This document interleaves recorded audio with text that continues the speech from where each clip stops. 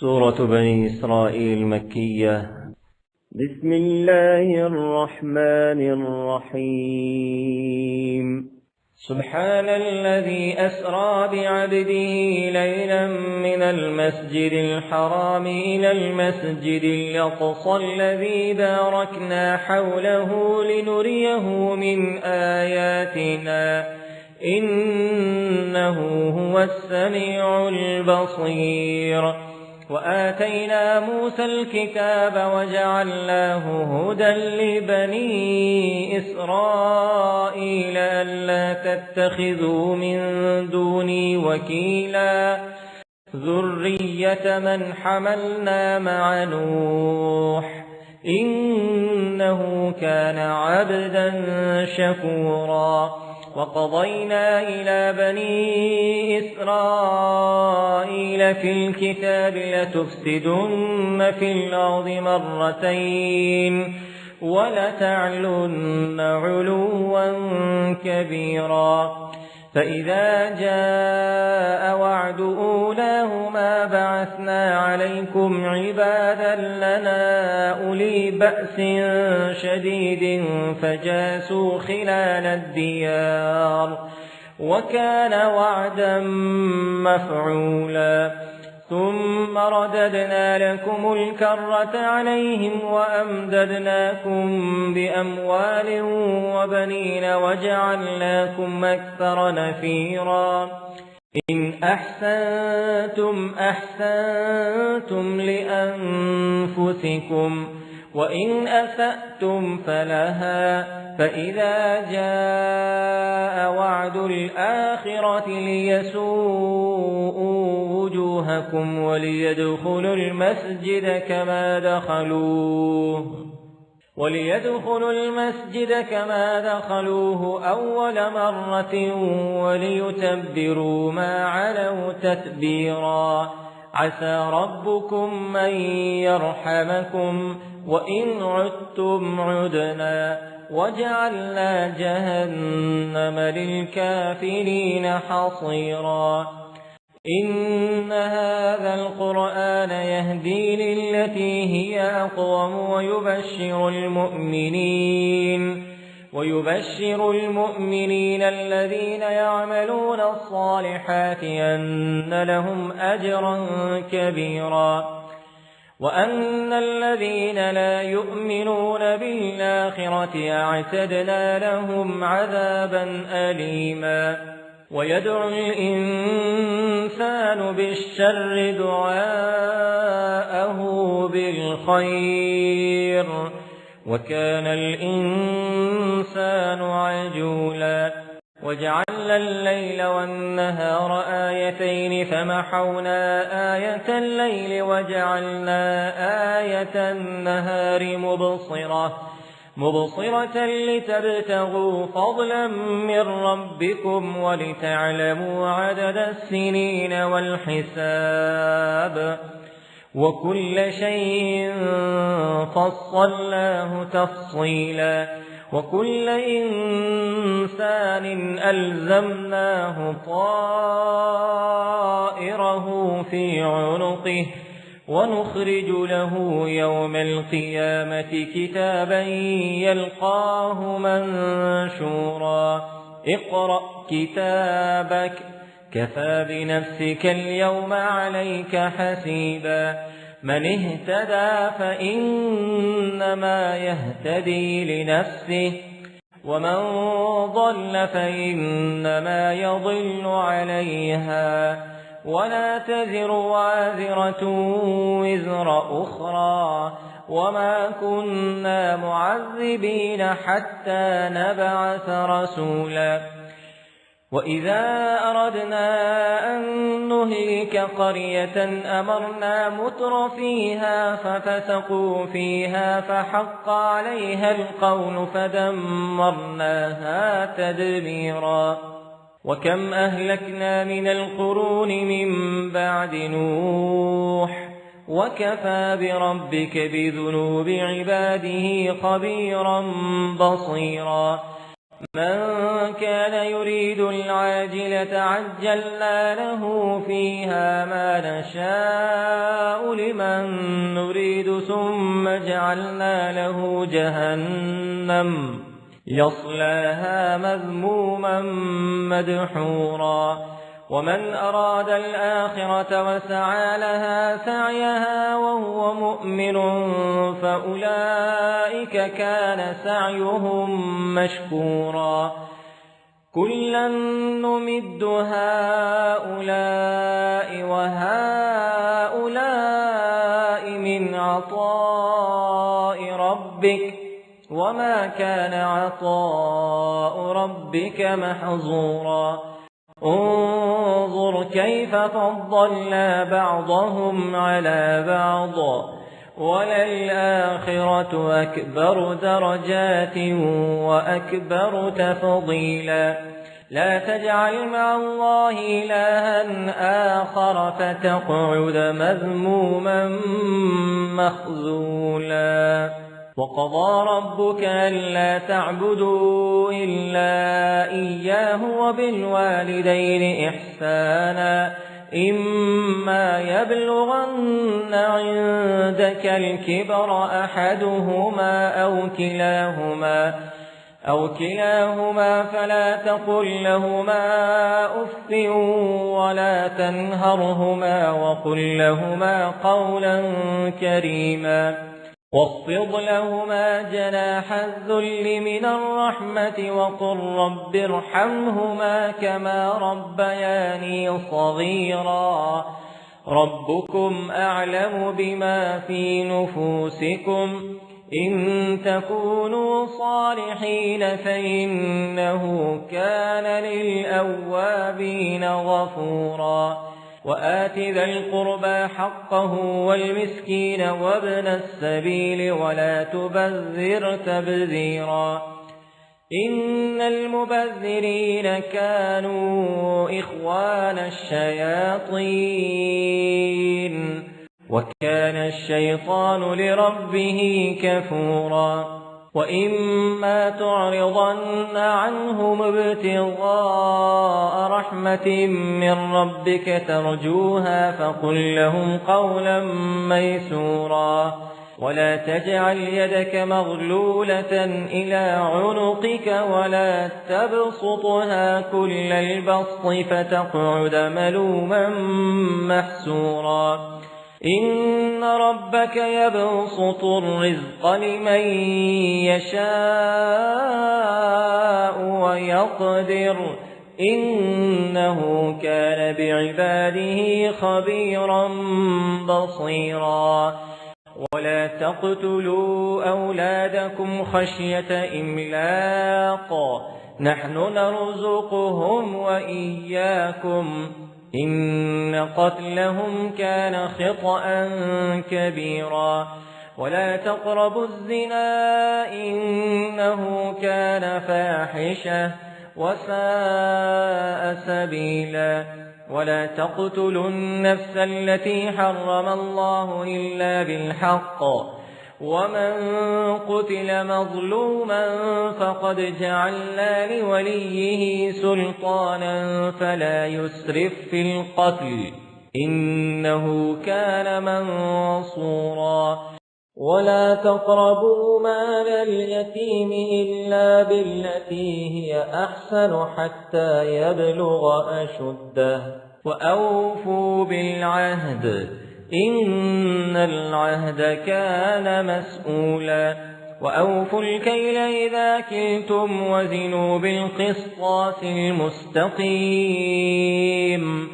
ذلك خير وأحسن تأويلا ولا تقف ما ليس لك به علم إن السمع والبصر والفؤاد كل أولئك كان عنه مسؤولا ولا تمش في الأرض مرحا إنك لن تخرق الأرض ولن تبلغ الجبال طولا كل ذلك كان سيئه عند ربك مكروها ذلك مما أوحى إليك ربك من الحكمة ولا تجعل مع الله إلها آخر فتلقى في جهنم ملوما مدحورا أفأصفاكم ربكم بالبنين واتخذ من الملائكة إناثا إنكم لتقولون قولا عظيما ولقد صرفنا في هذا القرآن ليذكروا وما يزيدهم إلا نفورا قل لو كان معه آلهة كما يقولون إذا لابتغوا إلى ذي العرش سبيلا سبحانه وتعالى عما يقولون علوا كبيرا تسبح له السماوات السبع والأرض ومن فيهن وإن من شيء إلا يسبح بحمده ولكن لا تفقهون تسبيحهم إنه كان حليما غفورا وإذا قرأت القرآن جعلنا بينك وبين الذين لا يؤمنون بالآخرة حجابا مستورا وجعلنا على قلوبهم أكنة أن يفقهوه وفي آذانهم وقرا وإذا ذكرت ربك في القرآن وحده ولوا على أدبارهم نفورا نحن أعلم بما يستمعون به إذ يستمعون إليك وإذ هم نجوى إذ يقول الظالمون إن تتبعون إلا رجلا مسحورا انظر كيف ضربوا لك الأمثال فضلوا فلا يستطيعون سبيلا وقالوا وإذا كنا عظاما ورفاتا أئنا لمبعوثون خلقا جديدا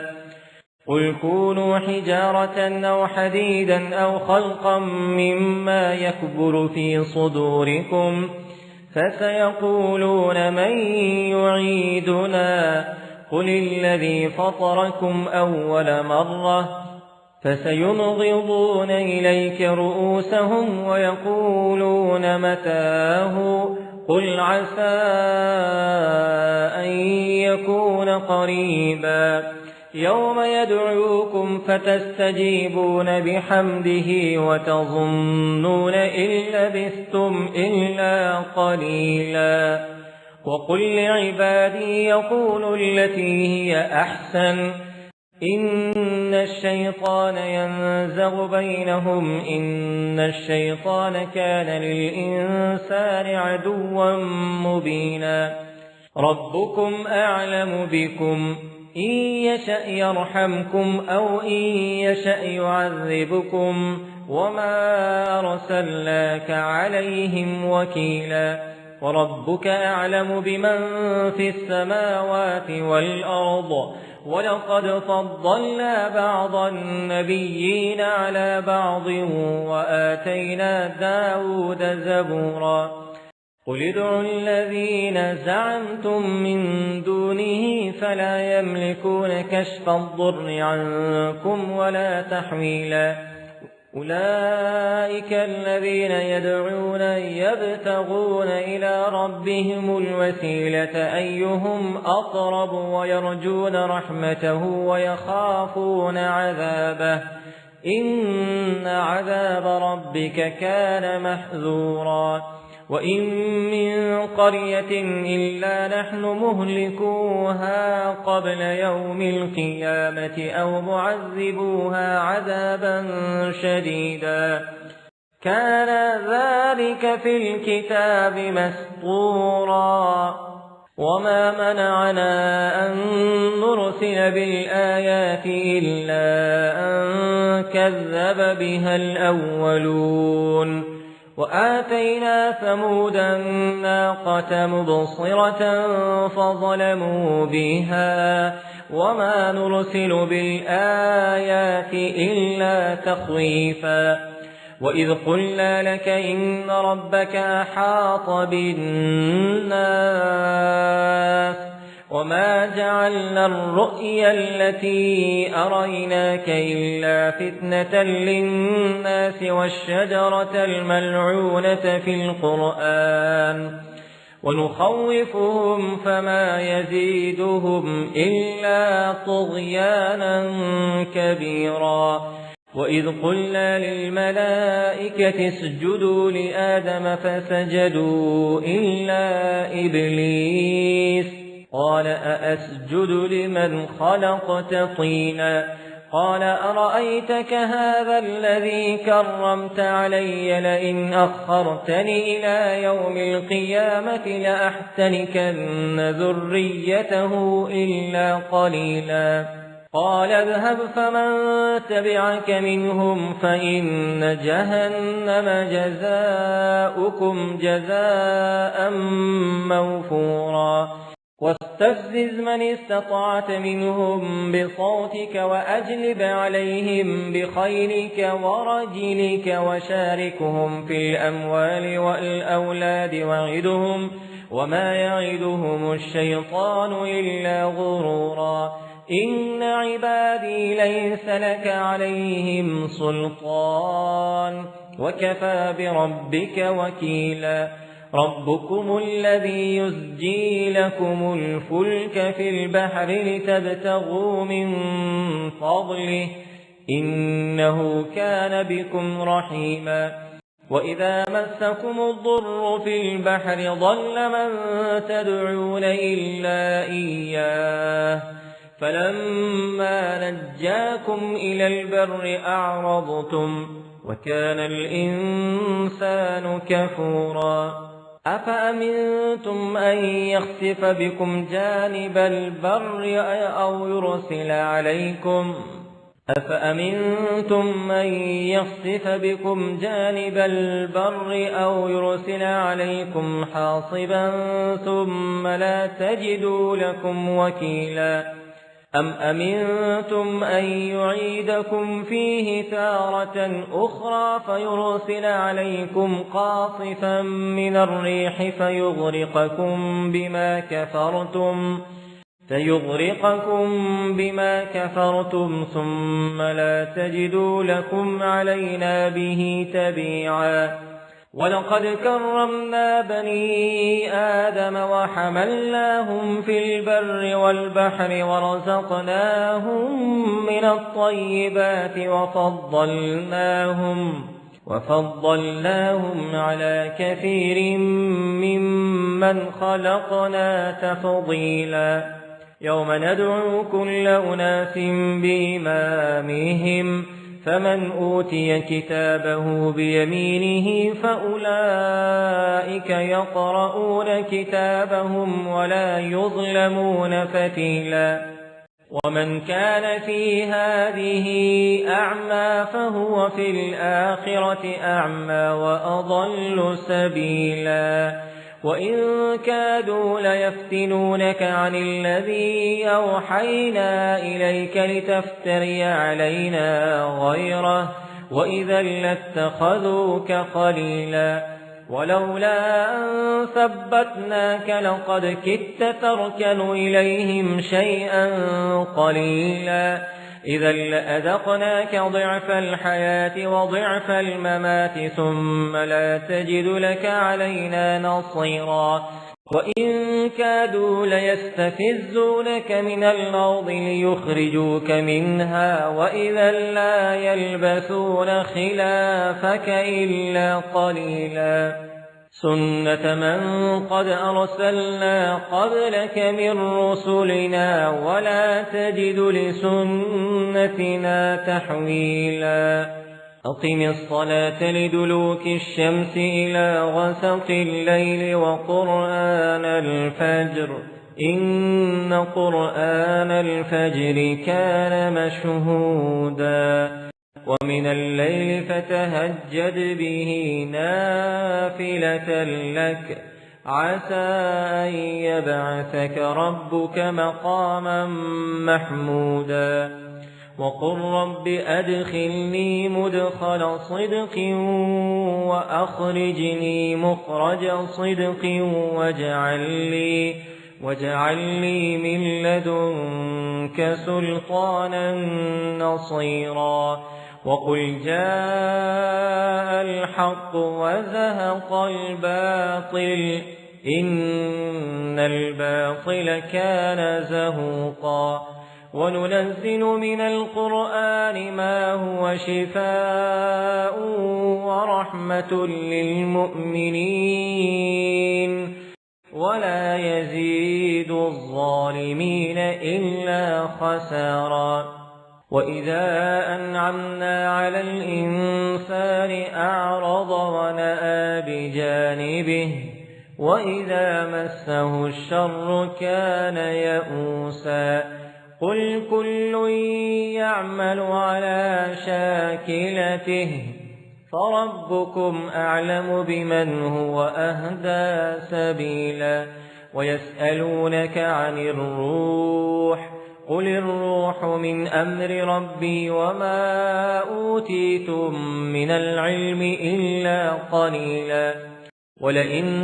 شئنا لنذهبن بالذي أوحينا إليك ثم لا تجد لك به علينا وكيلا إلا رحمة من ربك إن فضله كان عليك كبيرا قل لئن اجتمعت الإنس والجن على أن يأتوا بمثل هذا القرآن لا يأتون بمثله ولو كان بعضهم لبعض ظهيرا ولقد صرفنا للناس في هذا القرآن من كل مثل فأبى أكثر الناس إلا كفورا وقالوا لن نؤمن لك حتى تفجر لنا من الأرض ينبوعا أو تكون لك جنة من نخيل وعنب فتفجر الأنهار خلالها تفجيرا أو تسقط السماء كما زعمت علينا كسفا أو تأتي بالله والملائكة قبيلا أو يكون لك بيت من زخرف أو ترقى في السماء ولن نؤمن لرقيك حتى تنزل علينا كتابا نقرأه قل سبحان ربي هل كنت إلا بشرا رسولا وما منع الناس أن يؤمنوا إذ جاءهم الهدى إلا أن قالوا أبعث الله بشرا رسولا قل لو كان في الأرض ملائكة يمشون مطمئنين لنزلنا عليهم من السماء ملكا رسولا قل كفى بالله شهيدا بيني وبينكم إنه كان بعباده خبيرا بصيرا ومن يهد الله فهو المهتد ومن يضلل فلن تجد لهم أولياء من دونه ونحشرهم يوم القيامة على وجوههم عميا وبكما وصما مأواهم جهنم كلما خبت زدناهم سعيرا ذلك جزاؤهم بأنهم كفروا بآياتنا وقالوا أئذا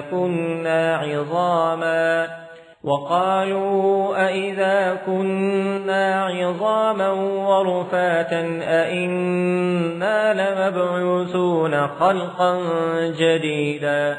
أولم يروا أن الله الذي خلق السماوات والأرض قادر على أن يخلق مثلهم وجعل لهم أجلا لا ريب فيه فأبى الظالمون إلا كفورا قل لو أنتم تملكون خزائن رحمة ربي إذا لأمسكتم خشية الإنفاق وكان الإنسان قتورا ولقد آتينا موسى 9 آيات بينات فاسأل بني إسرائيل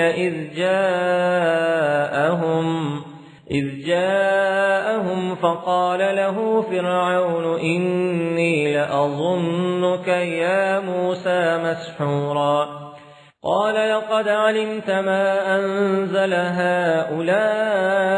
إلا رب السماوات والأرض بصائر وإني لأظنك يا فرعون مثبورا فأراد أن يستفزهم من الأرض فأغرقناه ومن معه جميعا وقلنا من بعده لبني إسرائيل اسكنوا الأرض فإذا جاء وعد الآخرة جئنا بكم لفيفا وبالحق أنزلناه وبالحق نزل وما أرسلناك إلا مبشرا ونذيرا وقرآنا فرقناه لتقرأه على الناس على مكث ونزلناه تنزيلا قل آمنوا به أو لا تؤمنوا إن الذين أوتوا العلم من قبله إذا يتلى عليهم يخرون للأذقان سجدا ويقولون سبحان ربنا إن كان وعد ربنا لمفعولا ويخرون للأذقان يبكون ويزيدهم خشوعا قل ادعوا الله أو ادعوا الرحمن أيما تدعوا فله الأسماء الحسنى ولا تجهر بصلاتك ولا تخافت بها وابتغ بين ذلك سبيلا وقل الحمد لله الذي لم يتخذ ولدا ولم يكن له شريك في الملك ولم يكن له ولي من الذل وكبره تكبيرا